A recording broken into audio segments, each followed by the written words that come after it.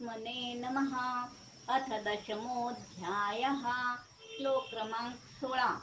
वक्तुम् अर्हसि शेषेण, वक्तुम् अर्हसि शेषेण, वक्तुम् अर्हसि शेषेण, दिव्या हि आत्मविभूतयः, दिव्या हि आत्मविभूतयः, दिव्या हि आत्मविभूतयः।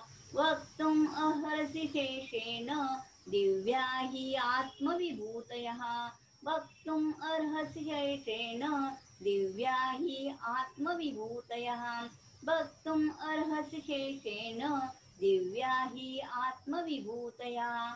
याभिविभूतिभिलोकान्, याभिविभूतिर्भिलोकान्, याभिविभूतिभिलोकान्, इमान् त्वं व्याप्य तिष्ठसि, इमान् तं व्याप्य तिष्ठसि, इमान् तं व्याप्य तिष्ठसि। याभिविभूतिर्भिलोकान्, इमान् त्वं व्याप्य तिष्ठसि, याभिविभूतिर्भिलोकान्, इमान् तं व्याप्य तिष्ठसि।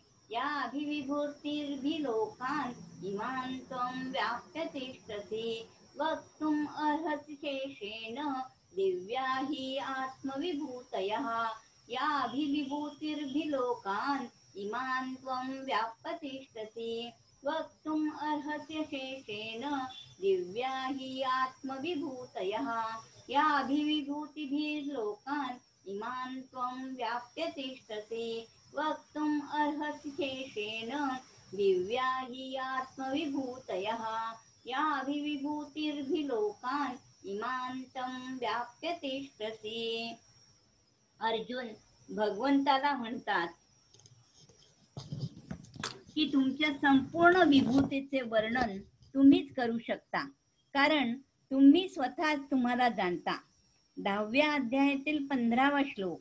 दुसरा तुम्हाला जाणेल हे शक्यच नाही. 10व्या अध्यायातील दुसरा श्लोक आणि 14वा श्लोक. म्हणून तुम्ही स्वतःच तुमच्या संपूर्ण विभूतीने सांगा, ज्यामुळे मला अविचल भक्ती योगाची प्राप्ती होईल.